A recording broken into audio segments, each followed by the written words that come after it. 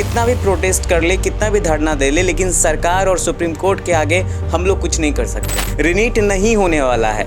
आप ये जितना जल्दी समझना है समझ लीजिए और आपके लिए ये बहुत बेहतर होगा। एक मिनट के लिए सोचिएगा, अगर सुप्रीम कोर्ट अपना फैसला बदल लेती है तो ये सवाल कितना बड़ा खड़ा होगा कि सुप्रीम कोर्ट आखिर ये फैसला जो है कि सुना ही क्यों दी थी। मैंने बहुत ही रिपोर्टिंग किया है इस पर, मैंने बहुत लोगों से बात किया है।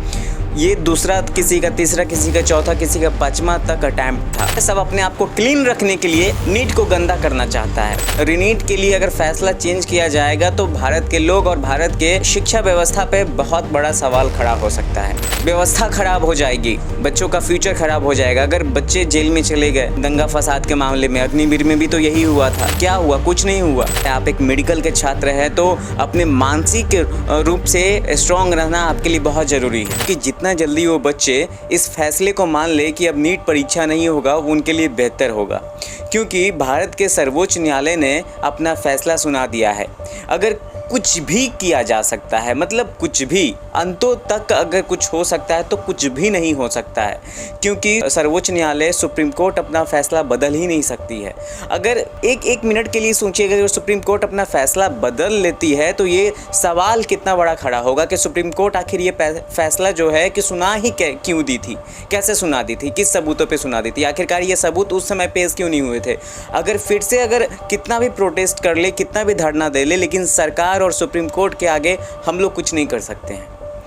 क्योंकि मैं आपको बता देता हूं कि उन बच्चों के लिए ये समझना बड़ा ही कठिन होगा। मैं मानता हूं कि गड़बड़ी तो बहुत हुई है, बच्चों के साथ में खिलवाड़ हुआ है, लेकिन उन बच्चों के लिए मेरा मैसेज है जो बच्चे इस नीट पेपर लीक का शिकार हुए हैं, उनको ये समझना होगा कि आखिरकार हम लोग कब तक धरना देते रहेंगे, कब तक एक आस में रहेंगे कि हाँ रिनीट होगा। रिनीट नहीं होने वाला है।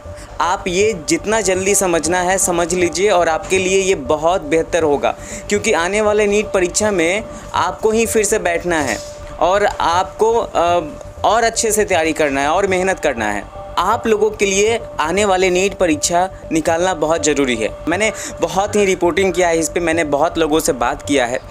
ये दूसरा किसी का, तीसरा किसी का, चौथा किसी का, 5वां तक अटैम्प्ट था। इस नीट में उनको आस था कि निकल जाएगा, लेकिन उन बच्चों का नहीं हो पाया है।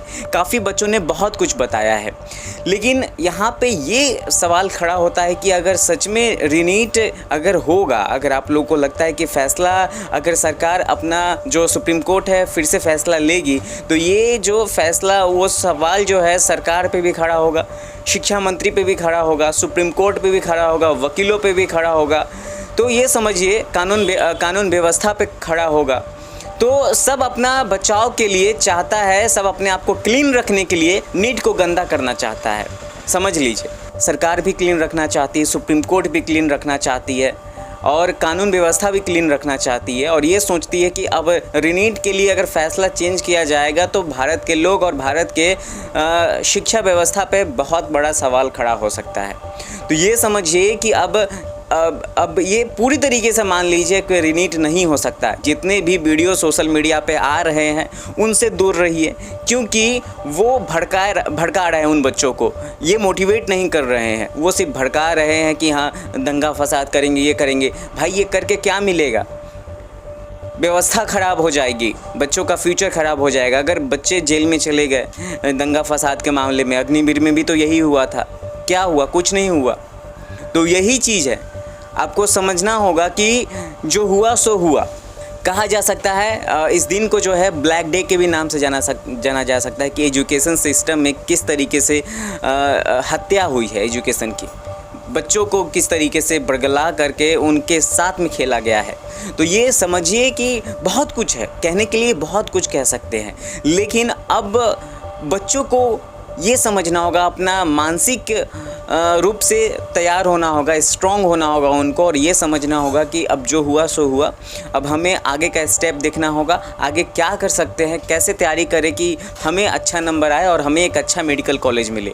मैं आपको लिख के देता हूं कि इस बार जो पेपर लीक में जो भी बच्चे को अगर नंबर मिला है धांधली के रूप में या उनको दिया गया है पैसे लेकर के, वो बच्चे देखिएगा कि कभी ना कभी बहुत ही बड़ा मेडिकल फील्ड में गड़बड़ी करेंगे और उनका सच जो है कि एक दिन सामने ज़रूर आएगा, क्योंकि जो झूठ का घड़ा होता है ना हमेशा फूटता ही फूटता है। तो आप लोग ये समझ लीजिए, मेरा यही मेन उद्देश्य था कि लगातार वीडियो आ रहे हैं सोशल मीडिया पे, लगातार चीज़ें जो है वायरल हो रही है, लगातार जो है कि कहीं ना कहीं कुछ डॉक्टर्स, कुछ वकील जो है कि बहुत कुछ कह रहे हैं, लेकिन इनमें जो वकीलों ने भी बहुत मेहनत किया है, डॉक्टर्स ने भी बहुत, बच्चों ने भी बहुत मेहनत किया है, जो आस लगा के रखी थी बच्चों ने, वो आस जो है कि उनका नहीं पूरा हो पाया है। तो अब क्या कर सकते हैं?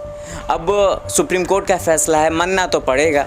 अगर नहीं मानिएगा तो फिर जीत पे अगर अड़े रहिएगा तो वैसे ही रह जाइएगा ना, आप कुछ कर सकते हैं। आप एक मेडिकल के छात्र हैं तो अपने मानसिक रूप से स्ट्रांग रहना आपके लिए बहुत ज़रूरी है। अगर आप स्ट्रांग नहीं रहिएगा तो ये आप पे बहुत ख़तरनाक हो सकता है, साबित हो सकता है, और आगे चल करके आपका फ्यूचर भी ऐसे ही ख़राब हो जाएगा। तो इन सब चीज़ों से दूर रहिए, मेरा मानना है। और आगे का ध्यान दीजिए, आगे का पढ़ाई पे ध्यान दीजिए, आने वाले नीट परीक्षा पे ध्यान दीजिए, कैसे आप उसको क्रैक कर सकते हैं, कैसे आगे बढ़ सकते हैं और कैसे अपने परिवार का नाम रोशन कर सकते हैं। फैमिली कितनी बच्चों को सपोर्ट कर रही है, फैमिली की तरफ से कोई प्रेशर नहीं है, और आने वाले समय में आपका रिज़ल्ट जो है और भी बेहतरीन होगा, और आने वाले समय में एजुकेशन सिस्टम सुधरेगा।